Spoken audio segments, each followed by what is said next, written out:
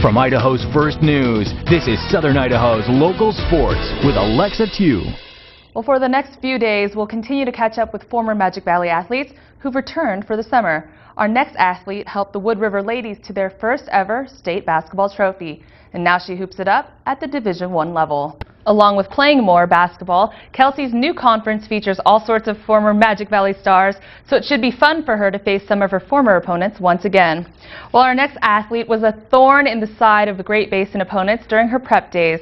Jason Carter for Idaho's First News sits down with a former Wood River star. State tennis matches were also taking place in Boise today, and a few athletes were looking for titles.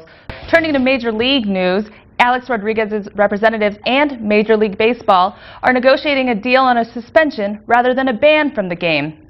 A-Rod is returning to the field while they sort out his punishment for allegedly using performance-enhancing drugs. He spoke today about his concerns. All this stuff is going on in the background, and people are finding creative ways to cancel your contract and stuff like that. I think that's concerning for me. It's concerning for present, and I think it should be concerning for future players as well. There is a process. I'm excited about the way I feel tonight, and I'm going to keep fighting. Baseball is giving A-Rod the chance at a lesser suspension if he admits to wrongdoing and promises not to appeal, similar to a plea bargain. That's the route former National League MVP Ryan Braun chose. After his admission of guilt, Braun was suspended only 65 games, down from the 100-game mark baseball had reportedly started at. We'll see what A-Rod and the MLB decide in the coming days. Now, Mom helped the Eastern Oregon men to the NAIA National Tournament, where they eventually lost in the first round. Football season is almost upon us, and while that fact makes this girl happy, it can also bring concerns about athletes and their health. A big one people are always talking about is concussion safety. And we're not talking about just high schoolers here. Concussions can happen to players when they're in Pee Wee to the pros.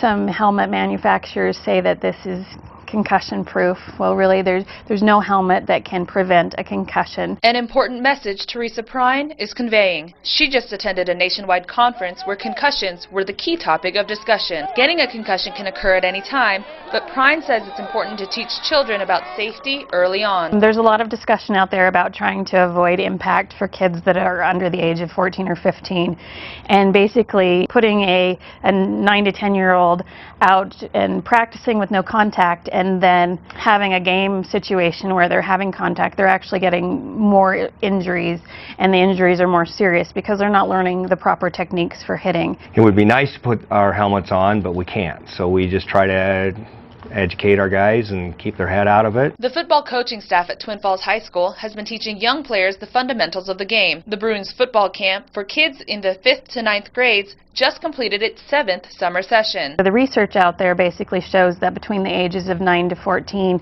is a prime time for learning motor skills. But no matter how many times a player learns how to hit, accidents will happen. You're always going to have the ones that are a little more aggressive than the other ones, and the two-hand touch turns into shove.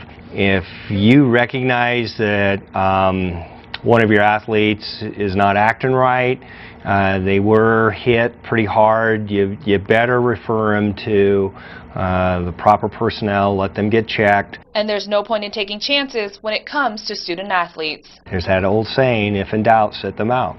And I think that's a good rule to go by. Concussions can affect each person differently. Symptoms can range from a headache to passing out and vomiting.